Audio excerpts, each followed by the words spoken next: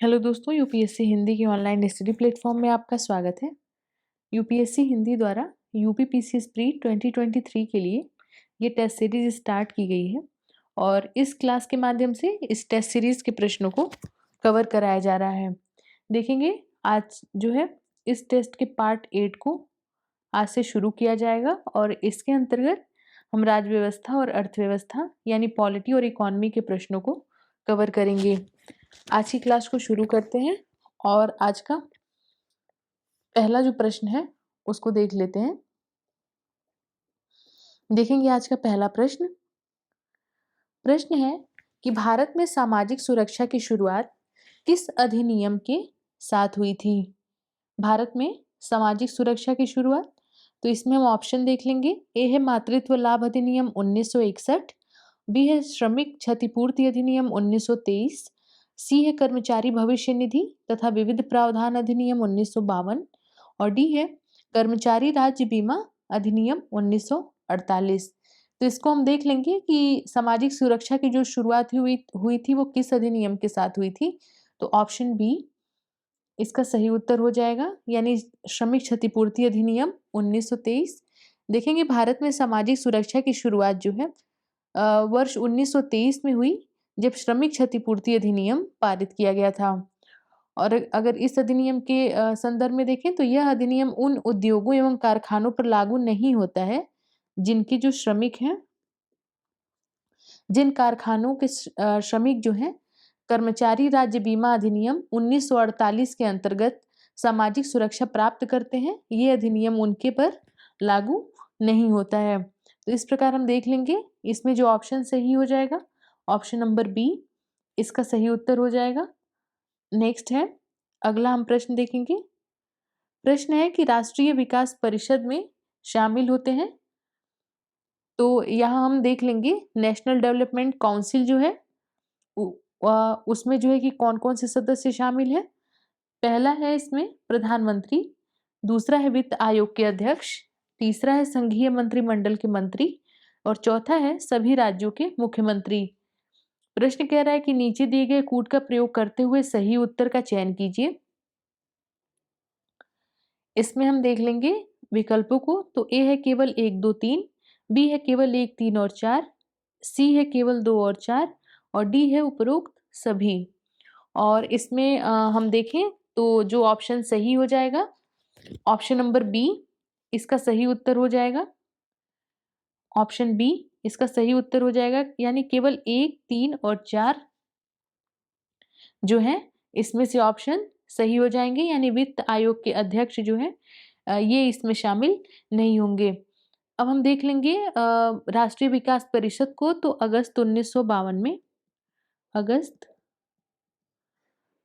1952 में राष्ट्रीय विकास परिषद का गठन हुआ था।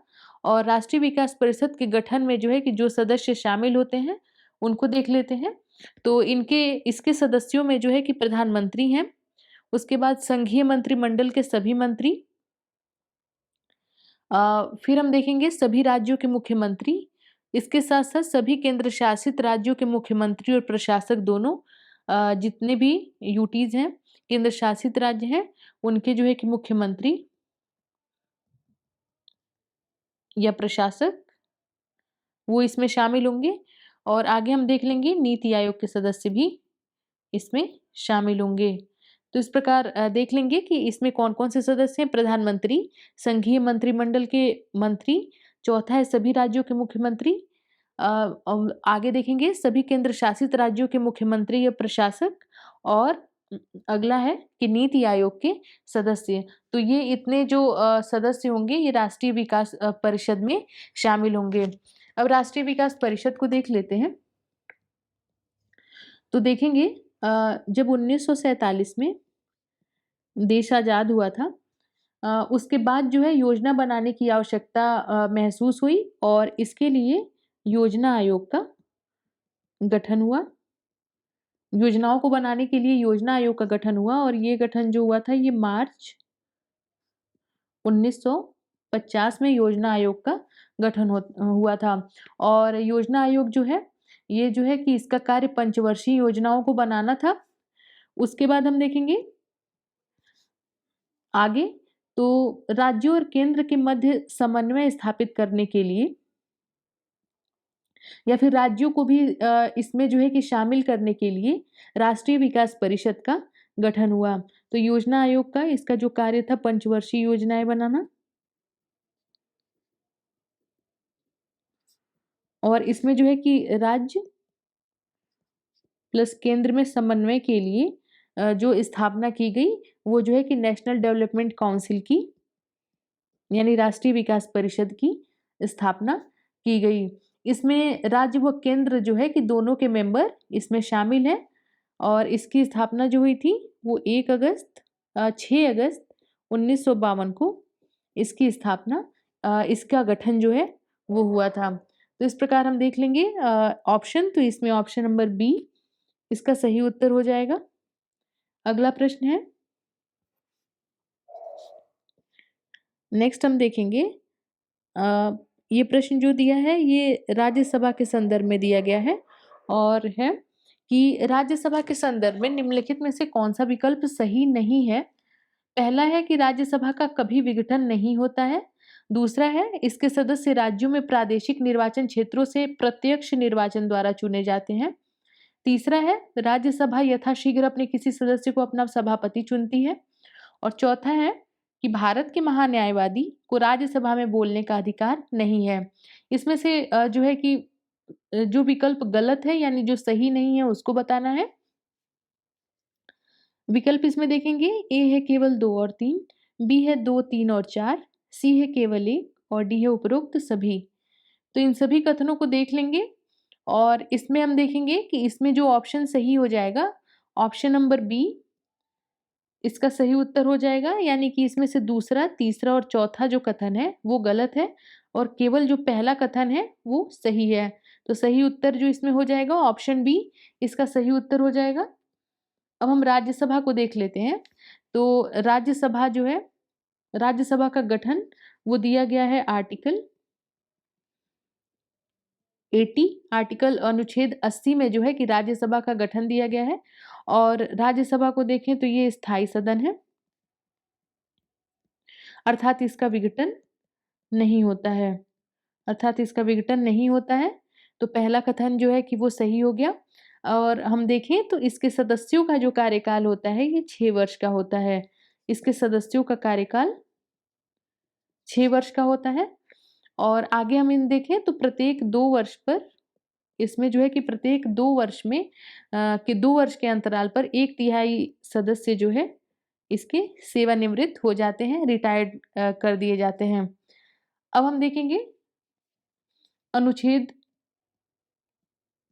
80(4) को, तो आर्टिकल जो 84 है ये जो है कि राज्यसभा के सदस्यों का निर्वाचन, ये कहता है कि राज्यसभा के जो सदस्य हैं उनका निर्वाचन राज्य विधानसभा के निर्वाचित सदस्यों द्वारा आनुपातिक प्रतिनिधित्व, आनुपातिक राज्यसभा के राज्य के देख लेंगे राज्य विधानसभा के निर्वाचित सदस्यों द्वारा आनुपातिक प्रतिनिधित्व पद्धति के अनुसार, एकल संक्रमणीय पद्धति के अनुसार जो है ये होता है। तो इस प्रकार 80(4) में ये कहा गया है, तो दूसरा कथन जो है कि गलत हो जाएगा। देखेंगे अनुच्छेद जो है कि 80(4) जो है इसमें ये कहा गया है कि राज्यसभा के सदस्यों का निर्वाचन राज्य विधानसभा के निर्वाचित सदस्यों के द्वारा आनुपातिक प्रतिनिधित्व के अनुसार और एकल संक्रमणीय मत पद्धति के अनुसार होता है। तो ये दूसरा कथन हो गया। तीसरा कथन कह रहा है कि राज्यसभा यथाशीघ्र अपने किसी सदस्य को अपना सभापति चुनती है। तो देखेंगे उपराष्ट्रपति जो है कि राज्यसभा के पदेन सभापति होते हैं। तो इस प्रकार ये कथन भी गलत हो गया। और आगे है महान्यायवादी के संदर्भ में, तो इसको भी देख लेंगे। महान्यायवादी को देख लेंगे तो इससे संबंधित जो आर्टिकल हो जाएगा आर्टिकल 76 इससे संबंधित हो जाएगा।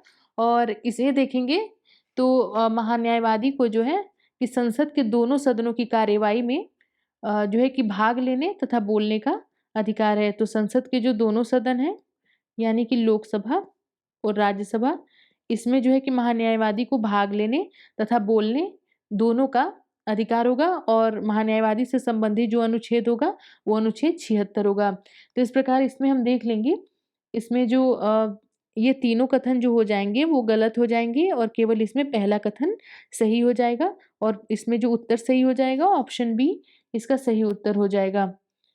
अगला है, अगला प्रश्न है कि केंद्र तथा राज्यों के मध्य वित्त का विभाजन निम्न में से किसकी संस्तुतियों के आधार पर होता है? तो केंद्र और राज्यों के बीच जो है वित्त का विभाजन किसकी संस्तुतियों के आधार पर किया जाता है? ए है राज्य वित्त आयोग, बी है अंतर्राज्यीय परिषद, सी है वित्त आयोग और डी है लोक लेखा समिति। तो देख लेंगे ऑप्शन इसमें कौन सा सही हो जाएगा। इसमें जो ऑप्शन सही हो जाएगा ऑप्शन नंबर सी इसका सही उत्तर हो जाएगा, यानी कि वित्त आयोग। वित्त आयोग के वित्त आयोग को हम यहाँ देख लेंगे। वित्त आयोग जो है वो संविधान के अनुच्छेद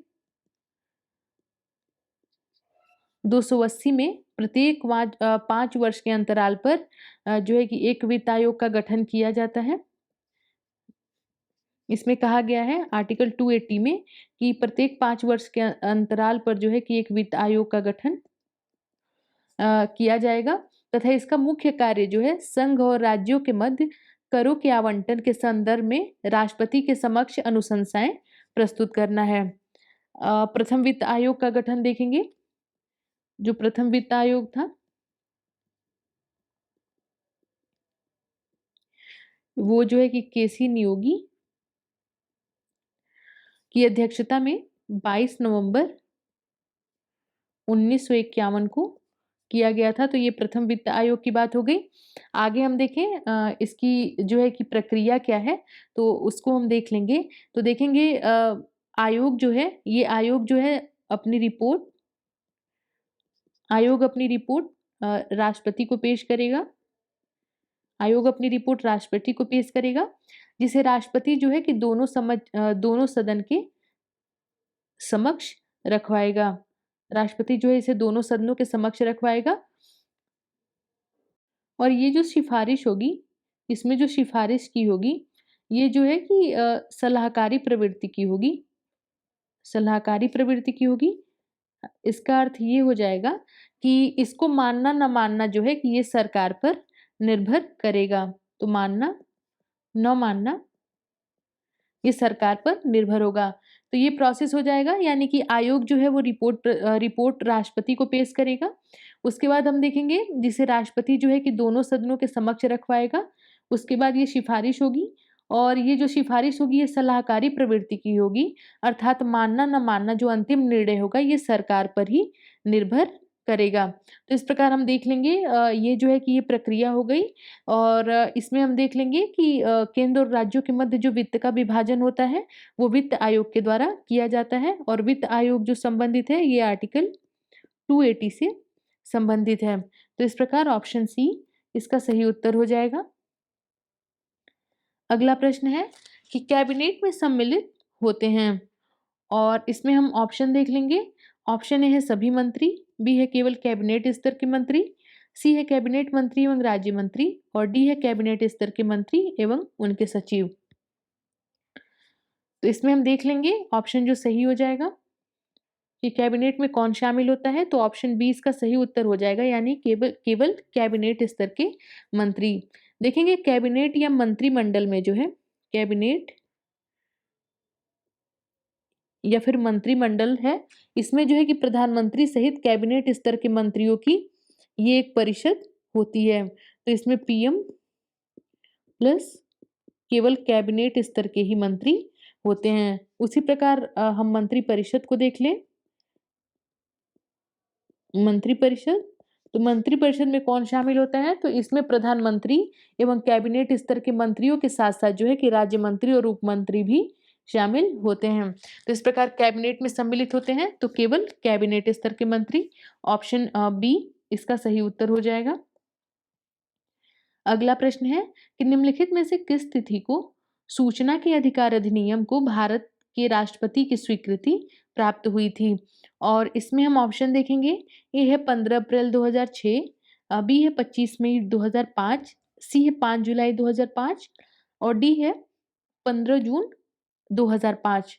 तो देखेंगे इसमें जो ऑप्शन सही हो जाएगा, ऑप्शन नंबर डी इसका सही उत्तर हो जाएगा, यानी कि 15 जून 2005। अगर हम देखें तो सूचना के अधिकार अधिनियम को संसद द्वारा पारित जो किया गया, तो जब जो संसद द्वारा पारित किया गया यानी लोकसभा में देखें तो इसे जो है कि 11 मई 2005 को पारित किया गया, और उसके बाद जब हम राज्यसभा में देखेंगे तो ये जो है कि 12 मई 2005 को इसको राज्यसभा में भी पारित कर दिया गया। और इसके बाद 15 जून 2005 को उस समय के जो तत्कालीन राष्ट्रपति थे डॉक्टर एपीजे अब्दुल कलाम, उनकी स्वीकृति प्रदान की गई। तो हम देखेंगे ऑप्शन डी इसका सही उत्तर हो जाएगा। नेक्स्ट क्वेश्चन है, अगला है कि केंद्रीय उपभोक्ता संरक्षण प्राधिकरण की स्थापना किस वर्ष की गई, और इसमें हम ऑप्शन देखेंगे। ऑप्शन ए है वर्ष 2015, बी है वर्ष 2016, सी है वर्ष 2020 और डी है वर्ष 2021। और इसमें जो ऑप्शन सही हो जाएगा, ऑप्शन नंबर सी इसका सही उत्तर हो जाएगा, यानी कि वर्ष 2020। देखेंगे केंद्रीय उपभोक्ता संरक्षण प्राधिकरण यानी सीसीपीए को, तो इसकी स्थापना जो है उपभोक्ता संरक्षण अधिनियम 2019 उपभोक्ता संरक्षण अधिनियम 2019 के प्रावधानों के आधार पर जो है वर्ष 2020 में की गई थी। तो हम देखेंगे कि केंद्रीय उपभोक्ता संरक्षण प्राधिकरण की स्थापना उपभोक्ता संरक्षण अधिनियम 2019 के प्रावधानों के आधार पर 2020 में की गई थी, और यह जो है कि नियामक संस्था उपभोक्ता मामलों के मंत्रालय के प्रशासनिक नियंत्रण में कार्य करती है। तो इस प्रकार ऑप्शन सी इसका सही उत्तर हो जाएगा। अगला प्रश्न है कि भारतीय संविधान का कौन सा अनुच्छेद अंतर्राज्यीय परिषद के गठन से संबंधित है। इसमें हम ऑप्शन देख लेंगे। ए है अनुच्छेद 262, अनुच्छेद 263, सी है अनुच्छेद 264 और डी है अनुच्छेद 265। और इसमें हम देख लेंगे इसमें कौन सा ऑप्शन सही हो जाएगा, और इसमें जो ऑप्शन सही हो जाएगा ऑप्शन नंबर बी इसका सही उत्तर हो जाएगा, यानी कि अनुच्छेद 63। जो अनुच्छेद 63 है वो जो है कि अंतर्राज्यीय परिषद के गठन से संबंधित है। देखेंगे संविधान के अनुच्छेद 63 जो है केंद्र व राज्यों के बीच समन्वय स्थापित करने के लिए अंतर्राज्यीय परिषद के गठन का प्रावधान करता है। और इसके तहत जो है अनुच्छेद 263 के तहत जो है राष्ट्रपति द्वारा 28 मई 1990 28 मई 1990 को जारी आदेश के माध्यम से जो है अंतर्राज्यीय परिषद का गठन किया गया था। तो देख लेंगे 28 मई 1990 को राष्ट्रपति के द्वारा जो है जारी आदेश के माध्यम से अंतर्राज्यीय परिषद का गठन किया गया था, और इसकी पहली बैठक जो हुई थी वो 10 अक्टूबर 1990 को हुई थी। तो इस प्रकार इसमें ऑप्शन बी इसका सही उत्तर हो जाएगा। अगला प्रश्न देख लेते हैं।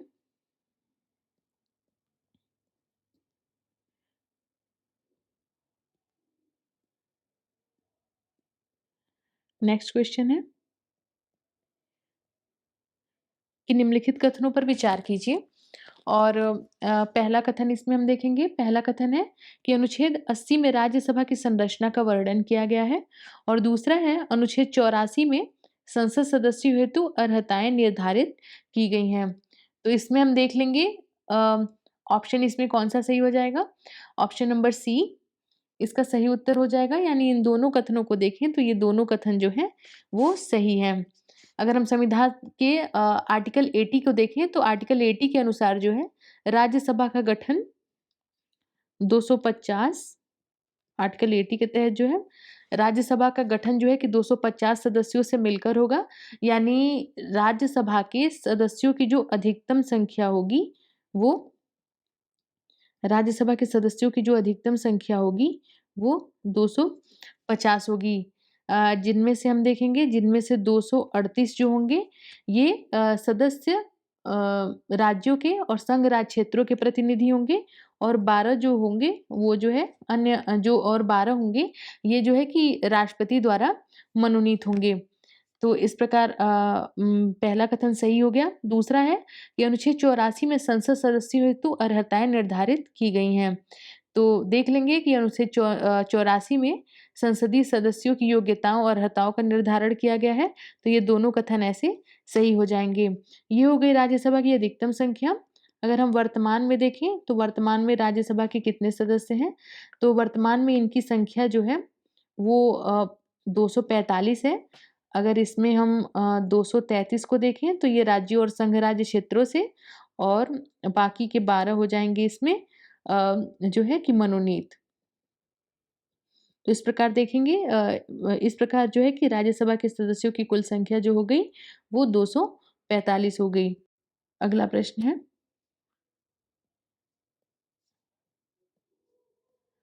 नेक्स्ट है कि कॉलेजियम प्रणाली की शुरुआत किस मामले के माध्यम से हुई थी? और इसमें हम ऑप्शन देखेंगे, ए है प्रथम न्यायाधीश मामले, बी है द्वितीय न्यायाधीश मामले, सी है इंदिरा साहनी एवं अन्य बनाम केंद्र सरकार, और डी है तृतीयक न्यायाधीश मामले से। तो कॉलेजियम प्रणाली की शुरुआत हम देखेंगे तो ऑप्शन बी इसका सही उत्तर हो जाएगा, यानी कि द्वितीय न्यायाधीश मामले से। देखेंगे कॉलेजियम प्रणाली की जो शुरुआत हुई थी वो द्वितीय न्यायाधीश मामले के माध्यम से हुई थी, और ये वर्ष 1993 से देख लेंगे तो ये 1993 से ही चलन में है, और इसका जो उपयोग किया जाता है वो उच्च न्यायालय और सर्वोच्च न्यायालय में न्यायाधीशों की नियुक्ति एवं स्थानांतरण के लिए जो है इसका प्रयोग किया जाता है। तो ऑप्शन बी इसका सही उत्तर हो जाएगा। नेक्स्ट है, अगला हम देखेंगे कुछ समितियों के नाम दिए हुए हैं, तो देख लेंगे। प्रश्न है कि निम्नलिखित समितियों पर विचार कीजिए, और इसमें पहली है समिति जो है शासा समिति, दूसरी है भूरिया आयोग, तीसरा है लोकुर समिति, और प्रश्न है कि उपरोक्त में से कौन सी समितियां जनजातीय समुदायों से संबंधित हैं? तो देखेंगे जनजातीय समुदायों से संबंधित इनमें से कौन सी समितियां हैं, और विकल्प है, विकल्पों को इसमें हम देख लें तो विकल्प है ए केवल 1, बी है केवल 1 और 2, सी है 2 और 3, और डी है उपरोक्त सभी। और इसमें हम जो देख लेंगे, इसमें जो ऑप्शन सही हो जाएगा, ऑप्शन नंबर डी इसका सही उत्तर हो जाएगा, यानी कि ये तीनों जो हैं समितियां जो है कि वो सही हैं, तीनों समितियां जो है कि जनजातीय समुदायों से संबंधित हैं। एक-एक करके हम देख लेते हैं। पहले इसमें हो जाएगी शासा समिति, और ये जो समिति है 2013 की है। इसमें हम देखेंगे प्रधानमंत्री कार्यालय ने जो है कि वर्ष 2013 में प्रोफेसर वर्जीनियस शासा की अध्यक्षता में इस उच्च स्तरीय समिति का गठन किया था, तो ये 2013 हो जाएगा। बाकी हम देखें भूरिया आयोग, तो भूरिया आयोग जो है ये 2002 से 2004 ये जो है कि इसका समय हो जाएगा। और आगे हम देख लेंगे लोकुर समिति को, तो लोकुर समिति जो आई थी ये जो है कि 1965 में बनी थी। तो इस प्रकार ये तीनों समितियों को देख लेंगे, तो तीनों समितियां जो हैं कि ये जनजातीय समुदायों से संबंधित हैं। नेक्स्ट है,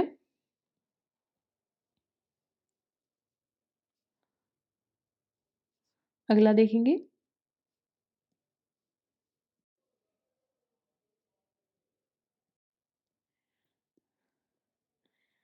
अगला प्रश्न है कि माझी पंचायत का अध्यक्ष कौन होता है? माझी पंचायतों के बारे में देख लेंगे। माझी पंचायत का अध्यक्ष कौन होता है? ए है माझी, बी है परगनैत, सी है कुडाम नायके, और डी है नायके। तो इसमें हम देखेंगे ऑप्शन जो सही हो जाएगा, ऑप्शन नंबर बी इसका सही उत्तर हो जाएगा, यानी परगनैत। अ, इसको हम ऐसे समझेंगे कि जिस प्रकार कुछ गाँवों को मिलाकर एक पंचायत बनती है, उसी प्रकार जो है माझी पंचायत में 15-20 गाँव का एक परगनैत होता है। तो माझी पंचायत को देखेंगे तो इसमें जो है कि 15 से 20 गाँव का एक हम देखेंगे तो परगनैत इसमें होता है, और यह जो है कि गाँव के माझियों का प्रधान होता है। और जिस मामले को जो माझी होते हैं वो नहीं निपटा सकते, उस मामले को जो है कि परगनैत के पास जो है कि संबंधित गाँव के माझी द्वारा लाया जाता है। तो इस प्रकार हम देख लेते हैं कि माझी पंचायत का जो अध्यक्ष होता है वो परगनैत होता है। नेक्स्ट है, अगला प्रश्न है कि अंतर्राष्ट्रीय लोकतंत्र दिवस कब मनाया जाता है? और इसमें हम ऑप्शन देख लेंगे। ऑप्शन ए है 15 सितंबर, बी है 11 अगस्त, सी है 13 जनवरी और डी है 24 अप्रैल। और इसमें जो ऑप्शन सही हो जाएगा, ऑप्शन नंबर ए इसका सही उत्तर हो जाएगा, यानी कि 15 सितंबर। देखेंगे प्रत्येक वर्ष जो है कि 15 सितंबर को पूरे विश्व भर में अंतर्राष्ट्रीय लोकतंत्र दिवस का जो है कि आयोजन किया जाता है। और ये दिन जो है कि आम जो भी जनता है उसको विश्व भर में लोकतंत्र की स्थिति की समीक्षा करने का अवसर प्रदान करता है। अगला प्रश्न है, अगला प्रश्न है कि राष्ट्रीय सांख्यिकी आयोग की स्थापना किस समिति की अनुशंसा पर की गई? और इसमें समितियों को हम देख लेंगे। ए है बासवान समिति, बी है वीएम ताराकुंडे समिति, सी है पीसी होटा समिति और डी है डॉक्टर सी रंगराजन समिति। तो राष्ट्रीय सांख्यिकी आयोग जो है इसकी स्थापना देखेंगे तो ऑप्शन इसमें जो सही हो जाएगा, ऑप्शन नंबर डी इसका सही उत्तर हो जाएगा, यानी डॉक्टर सी रंगराजन समिति। अगस्त 2000 में, देखिए अगस्त 2000 में जो है सी रंगराजन द्वारा प्रस्तुत रिपोर्ट में सांख्यिकी के लिए राष्ट्रीय आयोग की बात कही गई थी अगस्त 2000 में। उसके बाद डॉक्टर सी रंगराजन समिति की अनुशंसा पर जो है 1 जून 2005 को राष्ट्रीय सांख्यिकी आयोग का गठन किया गया था। और इसका कार्य अगर हम देख लें तो इसका जो कार्य है, देश की सभी प्रमुख सांख्यिकीय गतिविधियों की निगरानी, विकास और इनके लिए जो भी उत्तरदायी विभिन्न संस्थाएं हैं उनके मध्य सहयोग को स्थापित करना है। नेक्स्ट क्वेश्चन देखेंगे। अगला है कि निम्नलिखित में से किस समिति द्वारा पंचायतों को आर्थिक रूप से आत्मनिर्भर बनाने की सिफारिश की गई थी? ऑप्शन इसमें हम देख लेंगे। ए है बलवंतराय मेहता समिति, बी है अशोक मेहता समिति, सी है राव समिति और डी है सिंघवी समिति। अगर इन चारों समितियों को देखें तो ये चारों समितियां जो हैं ये पंचायत से संबंधित हैं। और इसमें हम देख लेंगे इसमें जो ऑप्शन सही हो जाएगा कि किस समिति के द्वारा पंचायतों को आर्थिक रूप से आत्मनिर्भर बनाने की सिफारिश की गई, तो ऑप्शन डी इसका सही उत्तर हो जाएगा, यानी कि सिंघवी समिति। देखेंगे वर्ष 1986, वर्ष 1986 में जो है राजीव गांधी की इस समय सरकार थी, राजीव गांधी की सरकार थी। और इस सरकार ने जो है एलएम सिंघवी की अध्यक्षता में एक समिति जो है कि गठित की, जिसने पंचायतों के पुनर्गठन तथा उन्हें आर्थिक रूप से आत्मनिर्भर बनाने के लिए वित्तीय संसाधनों को उपलब्ध कराने की सिफारिश प्रस्तुत की थी। तो सिंघवी समिति देख लेंगे तो सिंघवी समिति जो है ये हो जाएगी 1986। बाकी इससे संबंधित हम अन्य समितियों को भी देख लेते हैं। तो बलवंत राय समिति हो जाएगी 1956, अशोक मेहता समिति 1977 और राव समिति हम देख लेंगे तो ये हो जाएगी 1985। समितियों ये जो है कि क्रोनोलॉजी इसको जो है कि सेट करने के लिए जो है कि मिलान आधारित जो भी प्रश्न आते हैं ये जो है कि अक्सर बन जाते हैं, जिसको इसको काल क्रम के अनुसार इसको मिलान करना होता है। तो इसमें हम इसका मिलान देख लेंगे तो ये हो जाएगी 1956, ये 1977, ये 1985 और अगर हम सिंघवी समिति को देखें तो ये हो जाएगा 1986। और ये सभी समितियां जो हैं ये पंचायतों से ही संबंधित हैं। नेक्स्ट है, अगला हम देखेंगे कि नियंत्रक महालेखा परीक्षक के संदर्भ में निम्नलिखित कथनों पर विचार करें। और पहला कथन है कि इसे संविधान के भाग 5 में रखा गया है और दूसरा है इसे राष्ट्रपति द्वारा नियुक्त और पदच्युत किया जाता है। और इसमें से कौन सा कथन सही नहीं है बताना है। विकल्प देख लेंगे, ए है केवल एक, बी है केवल दो, सी है एक और दो दोनों, और डी है ना तो एक और ना ही दो। और इसमें जो ऑप्शन सही हो जाएगा, ऑप्शन नंबर बी इसका सही उत्तर हो जाएगा, यानी कि इसमें केवल जो दो है दूसरा, ये जो है कि इसमें सही नहीं है। अब हम देख लेते हैं नियंत्रक और महालेखा परीक्षक को। तो ये जो है कि भाग 5 से संबंधित है, इसको भाग 5 में रखा गया है और भाग 5 में आर्टिकल जो है 148 यानी 148 अनुच्छेद से 151 तक हम देखें, अनुच्छेद 151 तक, तो नियंत्रक महालेखा परीक्षक की नियुक्ति का प्रावधान किया गया है और इसलिए जो पहला कथन हो जाएगा वो सही हो जाएगा। और अनुच्छेद 148 के तहत जो है कि भारत का एक नियंत्रक और महालेखा परीक्षक होगा, जिसकी नियुक्ति जो की जाएगी वो राष्ट्रपति के द्वारा की जाएगी। लेकिन इसकी नियुक्ति तो राष्ट्रपति के द्वारा की जाएगी, लेकिन इसे हटाने के लिए जो है संसद के विशेष बहुमत से संसद के विशेष बहुमत की आवश्यकता होगी, न कि राष्ट्रपति के द्वारा इसको पदच्युत किया जाएगा। तो इस वजह से जो है कि ये दूसरा कथन गलत हो गया और इसमें जो ऑप्शन सही हो गया, ऑप्शन जो इसमें सही हो गया कि निम्नलिखित में से कौन सा सही नहीं है, तो ऑप्शन इसमें दो सही है और ऑप्शन बी इसका सही उत्तर हो जाएगा। नेक्स्ट हम देखेंगे, अगला है कि निम्नलिखित में से किस अधिनियम के तहत क्षेत्रीय परिषदों की स्थापना की गई है। और ऑप्शन देख लेंगे, ए है मध्यस्थता और सुलह अधिनियम 1996, बी है राज्य पुनर्गठन अधिनियम 1956, सी है प्रशासनिक अधिकरण अधिनियम 1985 और डी है उपरोक्त में से कोई नहीं। और इसमें हम देख लेंगे, इसमें जो ऑप्शन सही हो जाएगा, ऑप्शन नंबर बी इसका सही उत्तर हो जाएगा, यानी कि राज्य पुनर्गठन अधिनियम 1956। अगर हम क्षेत्रीय परिषदों को देख लें, तो अगर हम क्षेत्रीय परिषदों को देखें तो ये जो है वैधानिक निकाय हैं। क्षेत्रीय परिषदें जो हैं ये वैधानिक निकाय हैं और इनकी स्थापना जो है कि ये राज्य पुनर्गठन अधिनियम 1956 के द्वारा की गई है। इस अधिनियम ने देश को 5 क्षेत्रों में बांटा है। इस अधिनियम के द्वारा देश को 5 क्षेत्रों में बांटा गया है, जिसमें हम देखेंगे उत्तरी, मध्य,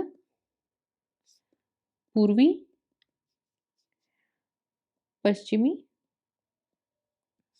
और दक्षिणी। तो 5 क्षेत्रों में देश को बांटा गया है तथा प्रत्येक क्षेत्र के लिए जो है कि एक क्षेत्रीय परिषद का प्रावधान किया गया है। नेक्स्ट क्वेश्चन है, अगला प्रश्न है कि निम्नलिखित कथनों पर विचार कीजिए। और इसमें हम देखेंगे पहला कथन जो है कह रहा है कि मुख्यमंत्री का कार्यकाल निश्चित नहीं होता है। दूसरा है कि मुख्यमंत्री के वेतन एवं भत्ते राज्यपाल द्वारा निर्धारित किए जाते हैं। तो इसमें से कौन सा सही है?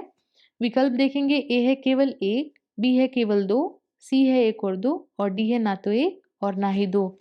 और इसमें जो ऑप्शन सही हो जाएगा, ऑप्शन नंबर ए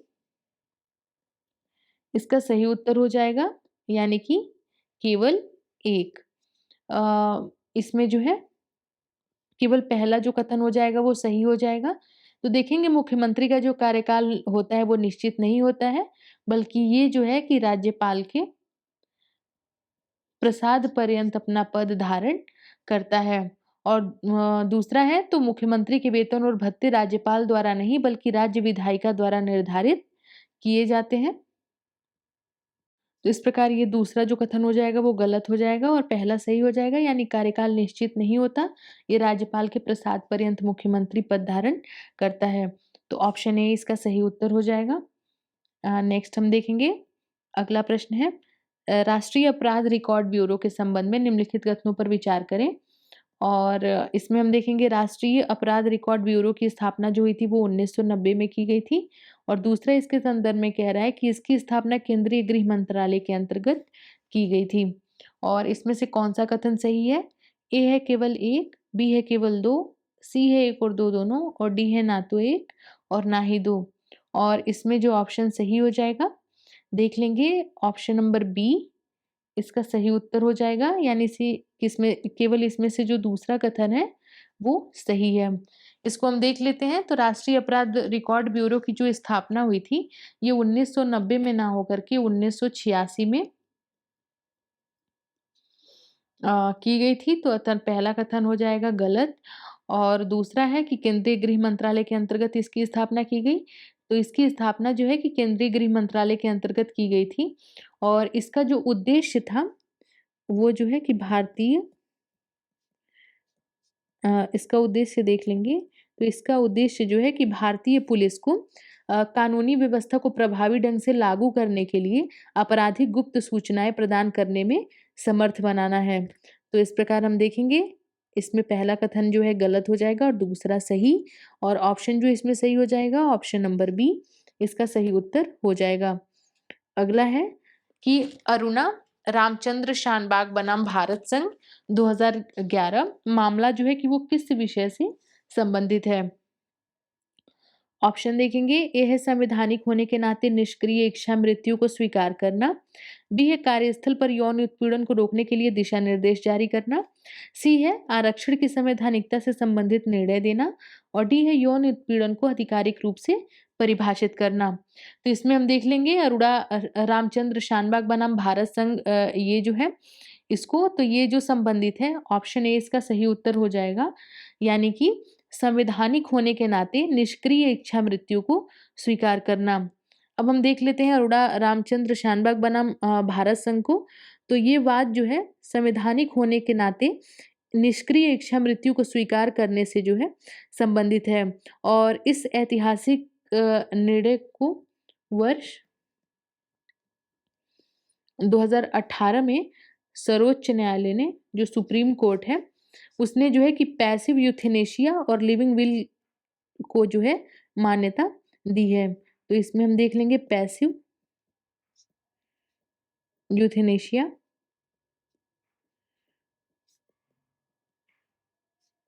व लिविंग विल को जो है, जो ऐतिहासिक निर्णय रहा है जो 2018 का सुप्रीम कोर्ट का, उसमें जो है कि पैथिव यूथेनेशिया और लिविंग विल को इसके द्वारा मान्यता दे दी गई है। और ये जो वाद संबंधित है, ये संवैधानिक होने के नाते निष्क्रिय इच्छा मृत्यु को स्वीकार करने से संबंधित है। तो ऑप्शन ए इसका सही उत्तर हो जाएगा। नेक्स्ट है केंद्र और राज्यों के बीच विधायी संबंधों का उल्लेख संविधान के किस भाग के अंतर्गत किया गया है। तो केंद्र और राज्यों के बीच संबंध, इसमें हम देख लेंगे, इसमें पहला जो है भाग 7, दूसरा है भाग 9, तीसरा है भाग 11 और चौथा है भाग 20। और इसमें जो ऑप्शन सही हो जाएगा, ऑप्शन नंबर सी इसका सही उत्तर हो जाएगा। यानी कि भाग 11, संविधान का भाग 11 जो है उसमें अनुच्छेद 245 से 255 तक केंद्र और राज्यों के बीच विधायी संबंधों का उल्लेख किया गया है। तो इस प्रकार हम देख लेंगे भाग 11 को, तो ये 245 से 255 अनुच्छेद तक केंद्र और राज्यों के बीच विधायी संबंधों का इसमें उल्लेख किया गया है। अन्य ऑप्शन को भी हम देखेंगे। अन्य ऑप्शन में हम देख लेते हैं भाग 7 को। तो ये जो है कि 7वें संशोधन अधिनियम द्वारा समाप्त कर दिया गया है, निरस्त कर दिया गया है 7वें संविधान संशोधन के द्वारा। बाकी इसमें है भाग 9, तो ये जो है कि पंचायतों से संबंधित है। उसी प्रकार भाग 20 को देख लेंगे, तो ये जो है कि संविधान संशोधन से संबंधित है। ये जो है संविधान संशोधन से संबंधित है। नेक्स्ट है, अगला है कि भारत के संदर्भ में निम्नलिखित में से कौन सा अधिकारों और कर्तव्यों के बीच सही संबंध है। अगर हम भारत के संदर्भ में देखें तो इसमें पहला कथन कह रहा है कि जो अधिकार हैं वो कर्तव्यों के साथ सहसंबंधित होते हैं। दूसरा है कि अधिकार व्यक्तिगत हैं अतः समाज और कर्तव्यों से स्वतंत्र हैं। सी है कि नागरिक के व्यक्तित्व विकास के लिए अधिकार न कि कर्तव्य महत्वपूर्ण है। और चौथा कह रहा है कि राज्य के स्थायित्व के लिए कर्तव्य महत्वपूर्ण है न कि अधिकार। तो इसमें हम देख लेंगे कौन सा अधिकार और कर्तव्यों के बीच इसमें सही संबंध बता रहा है, इसको देखेंगे। इसमें जो ऑप्शन सही हो जाएगा, ऑप्शन नंबर ए इसका सही उत्तर हो जाएगा कि जो भी अधिकार हैं भारत के संदर्भ में देखें तो ये जो है कि कर्तव्यों के साथ सहसंबंधित हैं। और कैसे हम इसको देखेंगे? तो देखेंगे भारतीय परंपरा में अधिकार और कर्तव्यों को तो ये जो है कि सहगामी एवं परस्पर एक दूसरे के पूरक माने जाते हैं। अर्थात हम इसको कह सकते हैं कि ये परस्पर जो है कि संबंधित होते हैं। अगर भारतीय संविधान में भी देखें तो जो मूल अधिकार हैं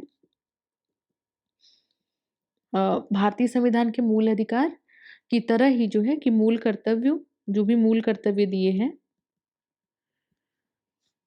मूल कर्तव्यों को जो है कि विधिक रूप से परिवर्तनीय नहीं बनाया गया है, लेकिन हमेशा ऐसी एक अपेक्षा रहती है कि कोई भी नागरिक है भारत का, तो ये जो है कि अपने अधिकारों के साथ-साथ अपने कर्तव्यों के प्रति भी सजग रहेगा। तो इस प्रकार इसमें जो है कि एक विशेष संबंध को देखा जा सकता है। जैसे इसको हम उदाहरण के द्वारा भी समझ सकते हैं। जैसे देखें कि आर्टिकल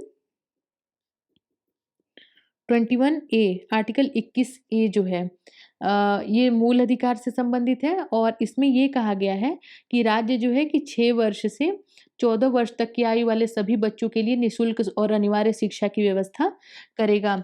वहीं अगर हम मूल कर्तव्यों में देखें तो इस मूल कर्तव्यों का जो अनुच्छेद है मूल कर्तव्यों का जो अनुच्छेद है 51 ए 51 ए के उसमें ये कहा गया है कि माता-पिता अथवा जो भी संरक्षक है बच्चे का, ये 6 वर्ष से 14 वर्ष तक की आयु वाले अपने बच्चों के लिए यथास्थिति जो है शिक्षा का अवसर उनको प्रदान करेगा। तो ये इन दोनों में जो है कि एक ही बात कही गई है।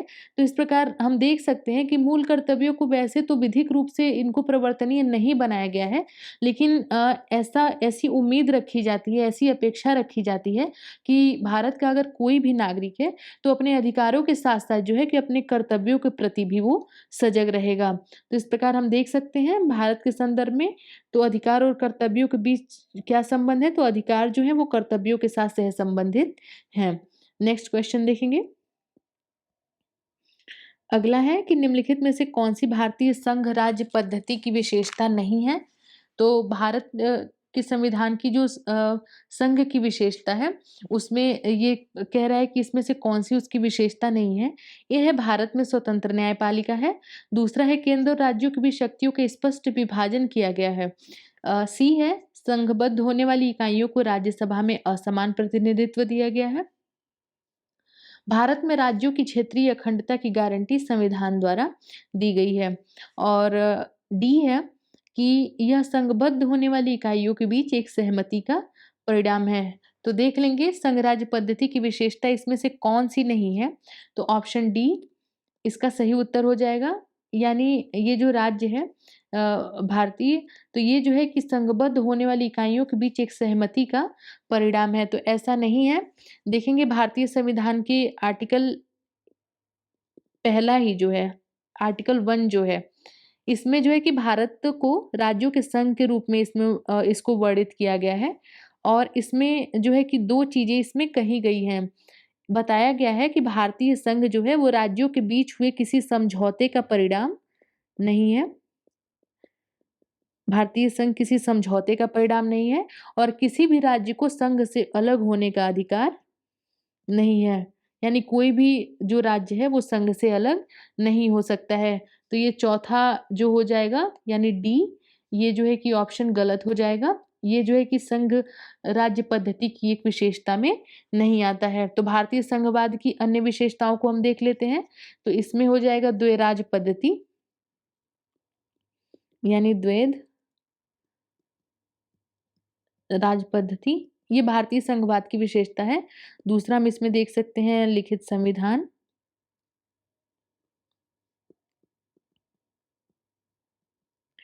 शक्तियों का विभाजन।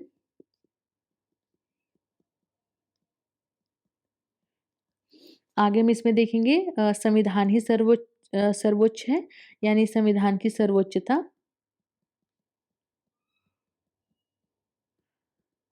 कठोर संविधान।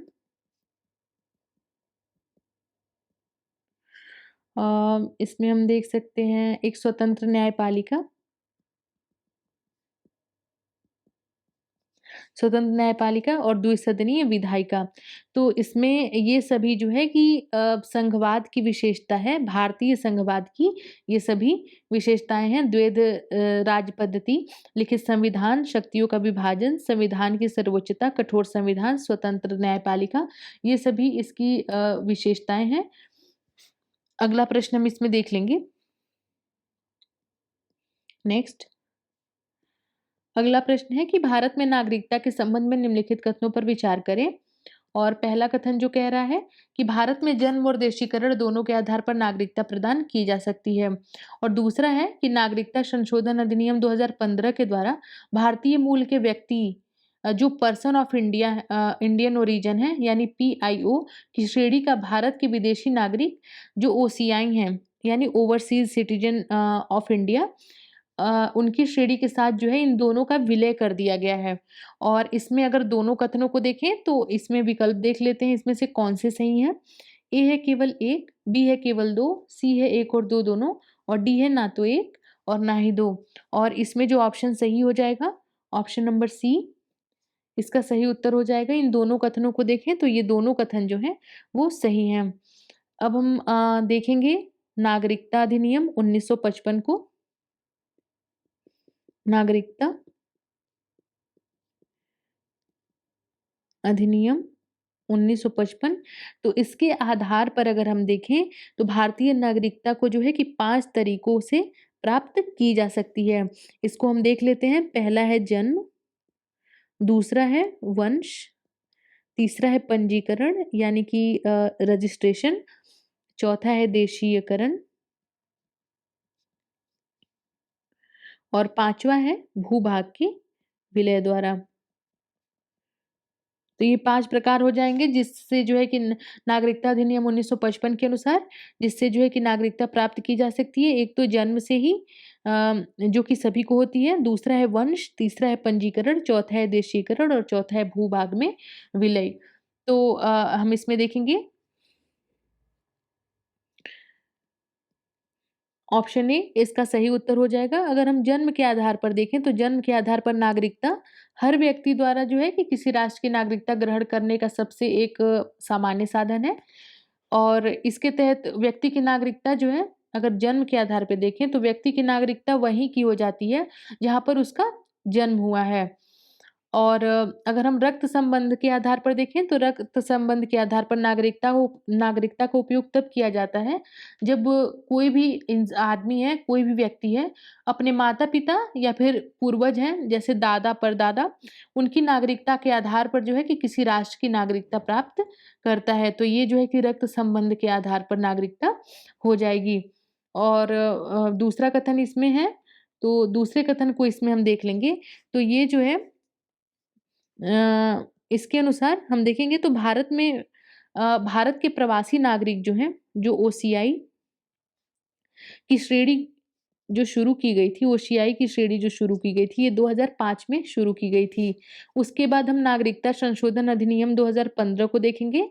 तो इसके द्वारा जो है कि भारत सरकार ने 2015 में जो है ओसीआई श्रेणी के साथ भारतीय मूल के व्यक्ति जो पीआईओ है, ओसीआई और पीआईओ इन दोनों को जो है कि एक ही श्रेणी में विलय कर दिया।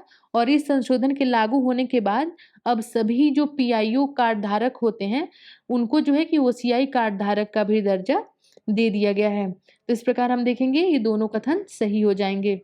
नेक्स्ट है, अगला है कि निम्नलिखित में से कौन सा विकल्प सामाजिक न्याय की अवधारणा की सर्वोत्तम व्याख्या करता है।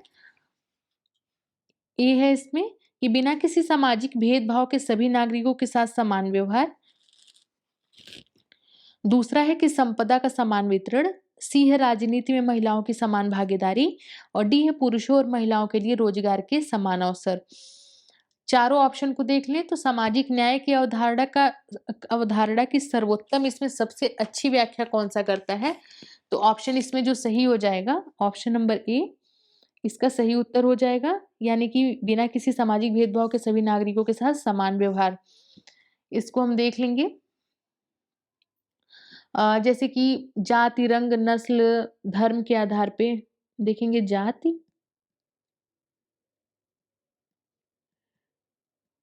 धर्म, नस्ल और लिंग आदि के आधार पर जो है किसी भी सामाजिक भेदभाव के बिना सभी नागरिकों के साथ समान व्यवहार जो है ये सामाजिक न्याय को निरूपित करता है। इसको ही सामाजिक न्याय कहते हैं कि किसी के साथ भी जो है कि जाति को लेकर, उसके रंग को लेकर, उसकी नस्ल को लेकर, धर्म को लेकर, उसके लिंग को लेकर जो है कि किसी प्रकार का भेदभाव न किया जाए। और हम देखेंगे तो समाज के किसी विशेष वर्ग के लिए विशेषाधिकार का अभाव हो, यानी समाज के किसी विशेष वर्ग को जो है विशेषाधिकार न दिया जाए। और इसी के संदर्भ में हम देखें तो पिछड़े वर्गों को जो भी एससी एसटी हैं और महिलाओं की स्थिति में भी सुधार का प्रयास जो है कि इसके अंतर्गत किया गया है। तो देख लेंगे सामाजिक न्याय, तो ऑप्शन ए इसका सही उत्तर हो जाएगा। नेक्स्ट है कि प्रस्तावना में बंधुता के विचार के संदर्भ में निम्नलिखित कथनों पर विचार कीजिए। तो देख लेंगे, पहला है कि यह व्यक्तियों की गरिमा सुनिश्चित करता है, दूसरा है ये राष्ट्र की एकता और अखंडता निश्चित करता है, और तीसरा है कि प्रस्तावना में अखंडता शब्द 44वें संविधान संशोधन के द्वारा जोड़ा गया है। और इसमें से कौन सा कथन सही हो जाएगा? ए है केवल 1 और 2, बी है केवल 2, सी है केवल 3 और डी है 1, 2 और 3। बंधुता के विचार के संबंध में अगर इसमें से हम देखें तो इसमें जो ऑप्शन सही हो जाएगा, ऑप्शन नंबर ए इसका सही उत्तर हो जाएगा, यानी केवल 1 और 2 इसमें जो कथन है वो सही है।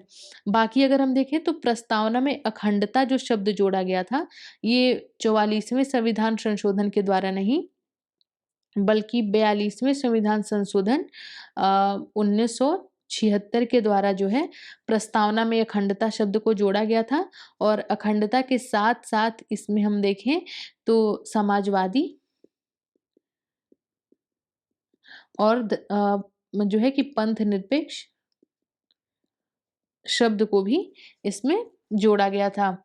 और बाकी अन्य दोनों कथन देखें तो ये सही है, क्योंकि बंधुत्व का अर्थ है भाईचारे की भावना, और उद्देशिका जो है, जो प्रस्तावना है, उसमें घोषणा की गई है कि बंधुत्व जो है कि 2 चीज़ों से का मेल है, 2 चीज़ों को सुनिश्चित करता है। पहला है व्यक्ति की गरिमा और दूसरा है राष्ट्र की एकता एवं अखंडता। तो ये दोनों जो हो जाएगा वो सही हो जाएगा।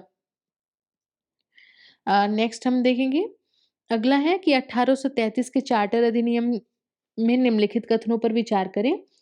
और इसमें पहला है कि इसमें एक विधि आयोग की स्थापना का प्रावधान था, दूसरा है इसमें प्रशासनिक निकाय के रूप में ईस्ट इंडिया कंपनी के कार्यों को समाप्त कर दिया, और तीसरा कथन कह रहा है कि यूरोपीय अप्रवासन पर लगे सभी प्रतिबंधों को इसके द्वारा समाप्त कर दिया गया।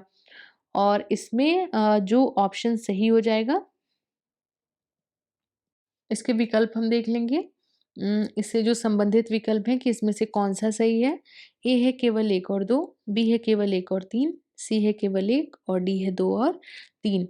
और इसमें जो ऑप्शन सही हो जाएगा, ऑप्शन नंबर बी इसका सही उत्तर हो जाएगा, यानी कि केवल पहला और तीसरा जो है कि कथन इसमें संबंधित है 1833 के चार्टर अधिनियम के बारे में। अब हम इसको देख लेते हैं ये क्या था। तो ये जो है इसे ब्रिटिश संसद के द्वारा ईस्ट इंडिया कंपनी के चार्टर अधिनियम 1813 को जो है कि नवीनीकृत करने के लिए इसको लाया गया था। यानी 1833 का चार्टर अधिनियम क्या था? तो ये ब्रिटिश संसद के द्वारा लाया गया था, और ये जो है कि ईस्ट इंडिया कंपनी के चार्टर अधिनियम जो 1813 जो था, उसको जो है कि नया रूप देने के लिए इसको लाया गया था।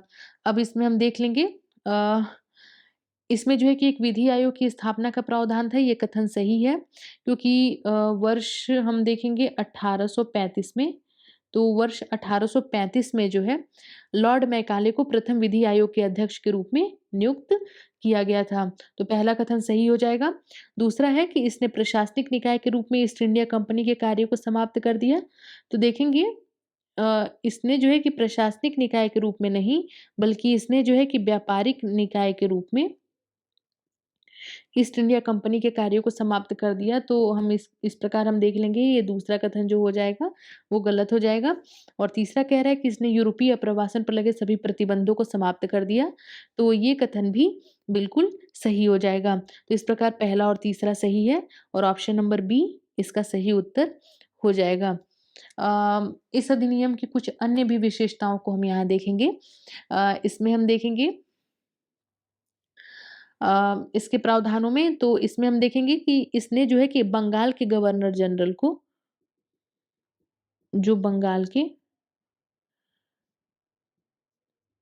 गवर्नर जनरल को इसमें क्या किया गया था, इसमें जो है कि भारत का गवर्नर जनरल बना दिया गया था। भारत का गवर्नर जनरल इसमें बना दिया गया था बंगाल के गवर्नर जनरल को। और जो है लॉर्ड विलियम बेंटिंक को देखेंगे तो ये भारत के पहले गवर्नर जनरल थे। लॉर्ड विलियम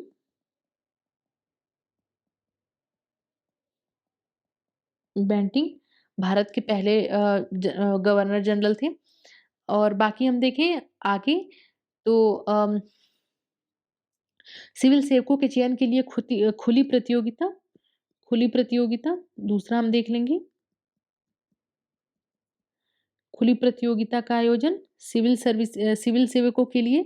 लेकिन बाद में हम देखें तो कोड ऑफ डायरेक्टर्स जो थे उनके द्वारा ये जो सिविल सेवा के लिए जो है प्रतियोगिता को खुला किया गया था। कोर्ट ऑफ डायरेक्टर्स के विरोध के बाद जो है कि इस प्रावधान को फिर से हटा भी लिया गया था। तो ये एक अन्य विशेषता हो गई इस अधिनियम की। तीसरा हम एक अगली विशेषता के रूप में इसको देख सकते हैं कि इस अधिनियम के द्वारा जो है कि कंपनी के चाय के व्यापार एवं चीन के साथ व्यापार के एकाधिकार को भी समाप्त कर दिया गया था। तो ये बचे थे, तो अब ये भी अधिकार इनके समाप्त हो गए, यानी चाय के व्यापार और चीन के साथ व्यापार का जो अधिकार जो था ईस्ट इंडिया कंपनी का, वो भी जो है कि अब समाप्त हो गया। नेक्स्ट क्वेश्चन देखेंगे। अगला है कि विधि और स्वाधीनता के बीच सबसे उपयुक्त संबंध को निम्नलिखित में से कौन सा विकल्प प्रतिबिंबित करता है। ए है यदि विधियां अधिक होती हैं तो स्वाधीनता कम होती है। बी है यदि विधि नहीं है तो स्वाधीनता भी नहीं है। सी है यदि स्वाधीनता है तो विधि निर्माण जनता को करना होगा। और डी है यदि विधि परिवर्तन बार बार होता है तो वह स्वाधीनता के लिए खतरा है। तो हम देख लेंगे विधि यानी कि नियम कानून जो भी है, और स्वाधीनता यानी कि स्वतंत्रता, उनके बीच सबसे उपयुक्त संबंध को इसमें कौन सा बताता है। तो ऑप्शन ए इसका सही उत्तर हो जाएगा, यानी यदि विधियां अधिक होती हैं तो स्वाधीनता कम होती है। स्वाधीनता का अगर हम अर्थ देख लें, स्वाधीनता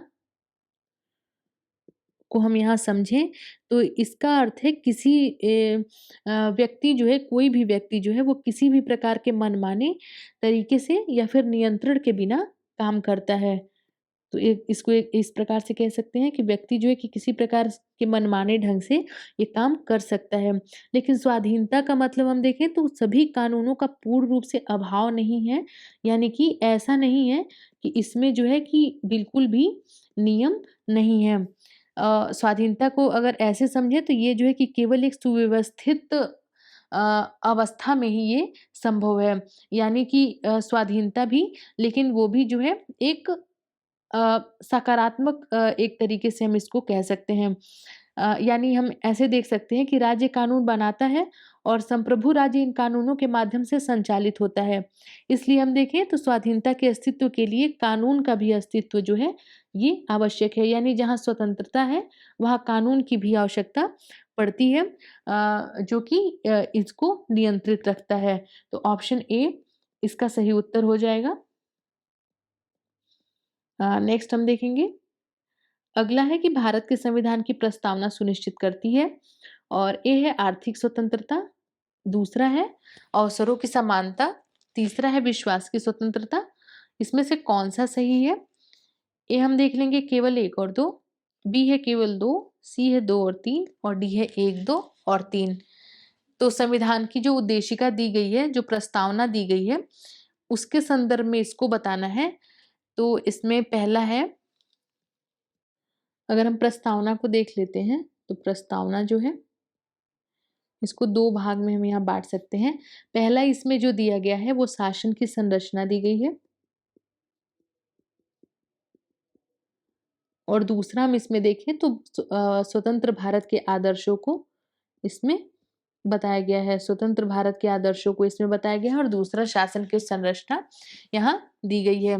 और इसीलिए जो है कि प्रस्तावना को संविधान की कुंजी भी माना जाता है। और इसमें उल्लिखित उद्देश्यों को अगर हम देखें तो इसमें जो ऑप्शन सही हो जाएगा, ऑप्शन नंबर सी इसका सही उत्तर हो जाएगा, यानी केवल 2 और 3 ही सही है। तो इस प्रकार हम देख लेंगे जो प्रस्तावना जो है उसमें किस प्रकार के न्याय की बात कही गई है। तो न्याय इसमें जो दिया गया है सामाजिक, आर्थिक और राजनीतिक न्याय, सामाजिक, आर्थिक व राजनीतिक न्याय की बात कही गई है। अब हम दूसरा इसमें समझेंगे स्वतंत्रता। तो किस प्रकार की स्वतंत्रता दी गई है? इसमें है विचार, अभिव्यक्ति, धर्म, विश्वास, विचार, अभिव्यक्ति, धर्म,